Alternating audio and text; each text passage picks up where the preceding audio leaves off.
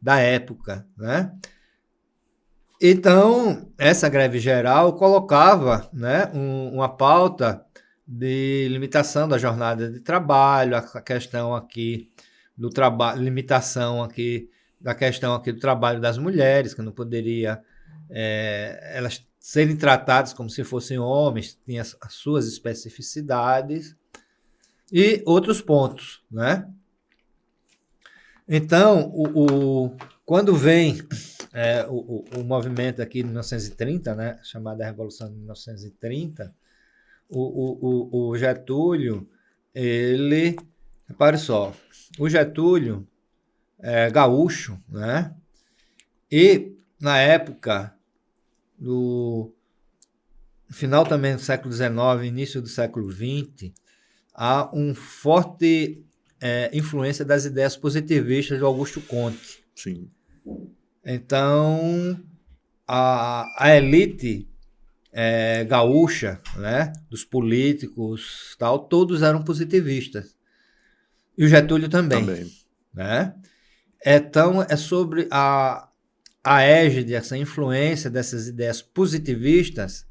Repare só, o positivismo, assim, podemos destacar duas características. Uma é que ele não tinha muita preocupação democrática, digamos assim, não é que ele fosse autoritário por si só, mas achava que tinha certas coisas que não se poderia esperar que a ralé, o conjunto das pessoas concordasse. Se o correto é determinada questão, então tem que se fazer a ferro e a fogo, né? Perfeito. E outra era a questão social. O positivismo também tinha essa questão social. O Augusto Conte, ele foi secretário de um dos grandes socialistas utópicos, né? O Saint-Simon, né? Então, ele pegou do seu mestre, né, essas ideias de reforma do capitalismo, da sociedade, de se preservar aqui a dignidade do trabalhador. Então, tinha isso presente. E o Getúlio tinha isso dentro de si, né? Então, quando muitos falam que o Getúlio era fascista, não tinha nada a ver com fascismo. A vertente do Getúlio é uma vertente do positivismo brasileiro. Basta ler sobre que também ele. Aqui não é bem igual ao positivismo lá do Conte. É o positivismo com as nossas, digamos, como os chineses assim gostam de dizer, com as particularidades brasileiras, né? Positivismo tupiniquim, né? Exatamente. Então, ele tinha bem presente da necessidade, primeiro, de uma verdadeira modernização econômica, de o Brasil ser industrializado, que as indústrias que tinham eram muito, assim, no contexto geral, era muito fraca, muito incipiente. A gente era um país aqui agroexportador. Fabricava enxada. Exatamente. Então, ele tinha esse projeto. E, ao lado disso, a necessidade de se construir um mercado interno. Para se construir um mercado interno, tinha que ter uma legislação trabalhista, tinha que ter ordem aqui nisso aqui. Ou seja, tinha que ter pessoas com poder de compra e com tempo para poder usufruir dos produtos que fossem fabricados, né? Então, a questão da legislação trabalhista era um ponto assim estratégico muito importante, né? E, paulatinamente, né? Veja, a nossa legislação trabalhista não foi feita assim do dia para a noite, né? Foi, acho que se for relacionados em torno aqui de uns 300 regulamentos, que até a consolidação na CLT, né, que exatamente procurou reunir todo esse arcabouço que foi construído paulatinamente e devagarzinho, né? Por exemplo, a limitação da jornada aqui para 8 horas diárias, em determinado setor têxtil de São Paulo. Aí depois, não, abre também aqui para o Rio. Não, e depois abre para Minas Gerais e tal. E depois, não, vamos agora para todo o Brasil. Foi uma coisa paulatina, não foi de uma só vez, né? E para que isso aqui? Bom, é um lado aqui que é da visão positivista da dignidade ao homem, Sim. e outra, uma questão assim bem pragmática, bem prática. Para a gente ter indústria, precisa ter pessoas que comprem os produtos da indústria. Isso só vai conseguir exatamente se tiver um mínimo de poder aquisitivo, então a importância, por exemplo, do salário mínimo. E segundo, ter tempo para poder comprar, adquirir e usufruir disso. Então, a limitação da jornada de trabalho, né? Dentro disso, veio a questão assim do direito sindical, né? É uma parte bem polêmica da CLT e assim que foi posta. A gente primeiro, né? A gente tem que ver a CLT, ela foi um produto, né? Uma obra. Ela não foi uma mera consolidação. Por quê? Porque ela inova em vários aspectos. A legislação, essas mais de 300 regulamentos que existiam, que foram juntados, tal. Então, há diversas questões que é inovadoras. Então, ela é mais do que uma simples consolidação, que uma consolidação é um apanhado, uma reunião daquilo que existe, mas ela foi mais além. E uma outra coisa, ela é fruto aqui do trabalho de pessoas com pensamentos diferentes, né? Participaram dela aqui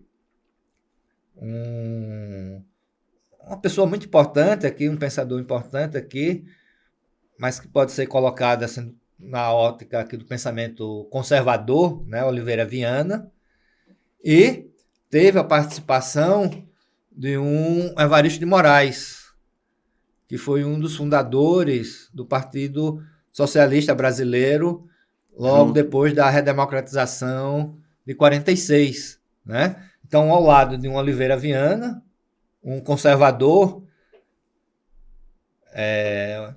eu acho que na época, depois aqui de 46, eu acho que ele era da UDN ou coisa que o valha, né? Até um socialista, né? O nosso PSB da época era um socialismo ideológico, né? Mais do que hoje, muito mais do que Carlos Siqueira. Sim, com certeza, com certeza. Carlos Siqueira então, repare só. Socialista centrão. Nesse amálgama aqui de pessoas com pensamentos diferentes, se conseguiu construir um documento único que tem uma lógica e que tem um vigor grande, né? Por exemplo, quem atua nessa área trabalhista vê, assim, eu sinceramente acho assim umas coisas geniais. Perfeito. Concordo. Geniais, né? Que ainda hoje consegue dar respostas a problemas que totalmente novos, distintos e tal. E aí o horror, né? E assim, o ódio que se tem desses setores que não prezam aqui pela dignidade humana, pela respeito, assim, digamos assim, às normas civilizatórias, do que a CLT. Aí vem dizer, isso é uma coisa antiga, precisamos de coisas modernas. Aí quando vem propor as coisas modernas, é as coisas do século XIX. Perfeito, perfeito. A sua visão sobre a CLT é rigorosamente o que eu penso. Ela é moderna, inclusive ela responde a problemas muito atuais, muito atuais. Porque vamos modernizar a CLT, porque as coisas mudaram, porque o trabalho... Não, ela é moderna e ela é absolutamente adaptável. Agora, é até uma pergunta que eu ia fazer aqui.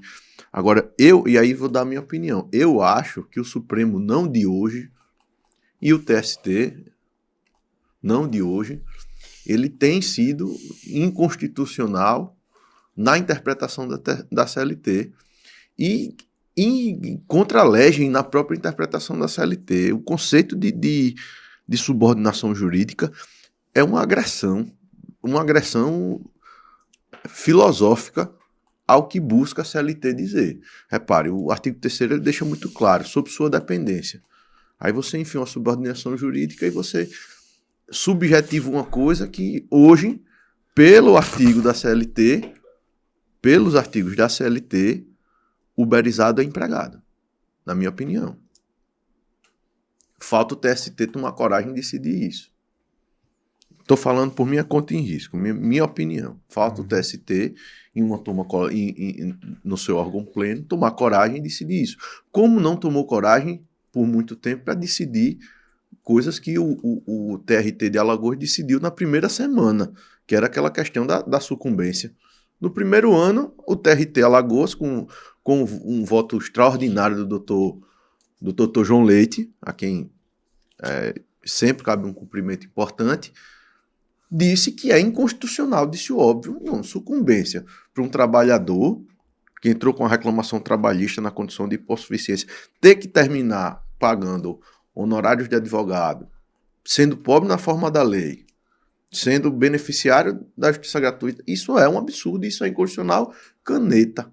Foi o que o doutor João Leite fez e o Tribunal Regional do Trabalho, da 19ª região, dando exemplo para o Brasil, fez imediatamente.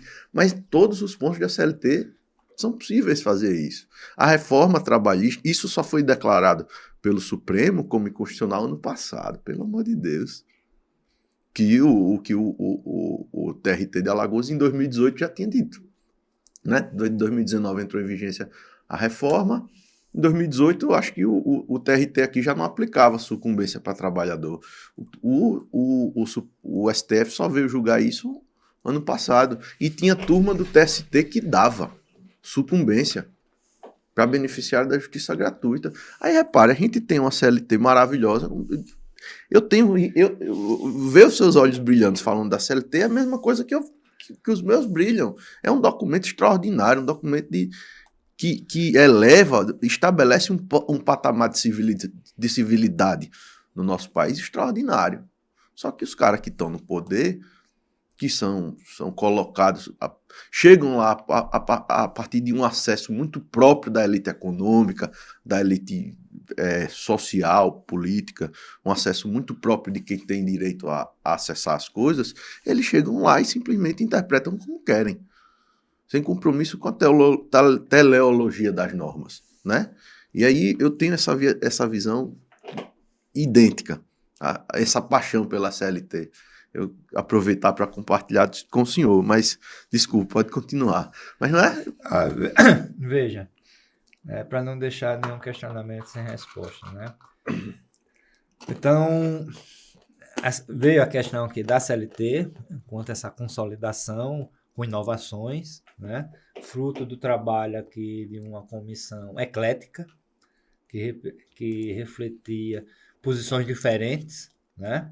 Então, essa é uma das razões de soluções originais que a nossa CLT dá, né? Na definição aqui da relação de trabalho, né? Qual é a natureza contratual, institucional, é exatamente fruto desse compromisso de pensamentos diferentes, mas respeitosos, né? Que tivemos. Então, aí dentro disso, né? Tem até um texto aqui de um dos membros aqui dessa comissão, né? Talvez o mais jovem deles, que foi o Arnaldo Susequinde, ele dizendo aqui, tudo se procurou fazer uma arrumação, um arranjo, que saíam soluções originais, né, para exatamente, não de uma coisa do ponto de vista assim, eclético, mas uma síntese nova, algo novo.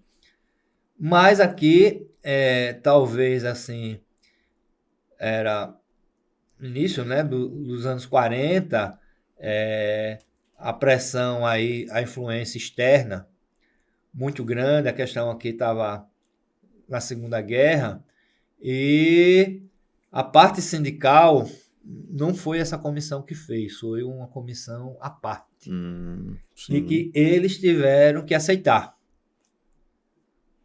Porque, exatamente, foi exatamente uma outra comissão que fez, e aí sim tem elementos autoritários muito sérios, porque aí os sindicatos eram atrelados ao Estado, era como uma força auxiliar do Estado, sim, onde estava previsto, né, para toda a situação,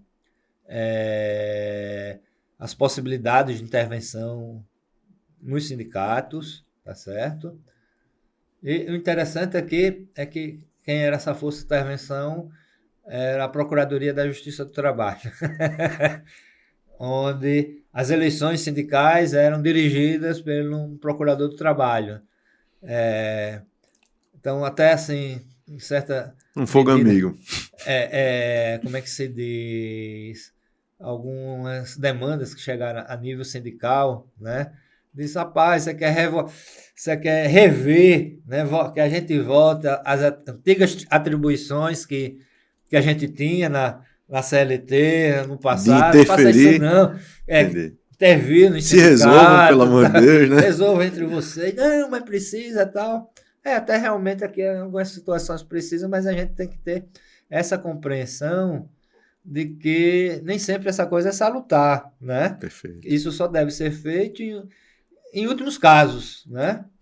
Porque senão é voltar para um outro caminho, alguma coisa que deve ser combatido, que é exatamente ser garantida a autonomia dos sindicatos. Os sindicatos e os trabalhadores devem ter a maturidade suficiente para resolver seus problemas, né? Sem precisar de ajuda externa, né? Então, que eles briguem, lutem, tal, façam eleição e, democraticamente, a maioria que os trabalhadores escolherem deve ser respeitados, né? Aí, dentro dessa ideia, uma pergunta que você fez, a questão da unicidade sindical, repare só, enquanto correntes de pensamento no meio sindical, quem é que defendia a unicidade sindical? Eram os comunistas. Lenin, né, tem um texto, que é o líder aqui da Revolução Bolchevique de 17, que diz aqui o seguinte: a força dos trabalhadores está na sua união. Se os trabalhadores se dividirem, eles ficam fracos. Se eles estão unidos, eles são fortes. Então, só deve ter uma entidade sindical aqui para representar os trabalhadores. As diversas correntes que existem naquele meio trabalhista, né, de trabalhadores, devem procurar resolver os seus problemas internamente e escolher um deles, quem achar que for melhor, para dirigir a sua entidade. Porque se cada corrente tiver um sindicato, eles vão se enfraquecer. Para se ter uma ideia, né, o Japão, eu acho que é do tamanho, juntando todas as ilhas, deve ser mais ou menos do tamanho de Pernambuco. Embora que tenha mais ou menos a população do Brasil, né? Então, é um espaço extremamente demográfico, assim, muito Populoso, elevado. né? Sabe quantos sindicatos eles têm? Dados aqui dos anos 90. Eles tinham 200 mil sindicatos. Aqui se falava, porque aqui no Brasil é um absurdo, tem 15 mil sindicatos. No Japão, tem 200 mil. São 2 sindicatos por fábrica, por empresa. Às vezes tem empresas que têm 4 sindicatos. O que é que os trabalhadores ganham com isso? Nada. Eles brigam entre si e o dono da fábrica deve gostar bastante. Deixa eles brigarem, briguem mais. Fora que os sindicatos devem ser muito mais permeáveis aos interesses dos empregadores, né? Porque se você tem uma base pulverizada, você é mais dependente, é muito mais fácil. Por exemplo, nos Estados Unidos, onde tem uma situação semelhante, mas lá, por conta aqui de uma legislação que vem dessa época do Roosevelt, né? Que é a época que se estabelece o mínimo de legislação trabalhista hoje existente nos Estados Unidos, começou na época do Roosevelt, né?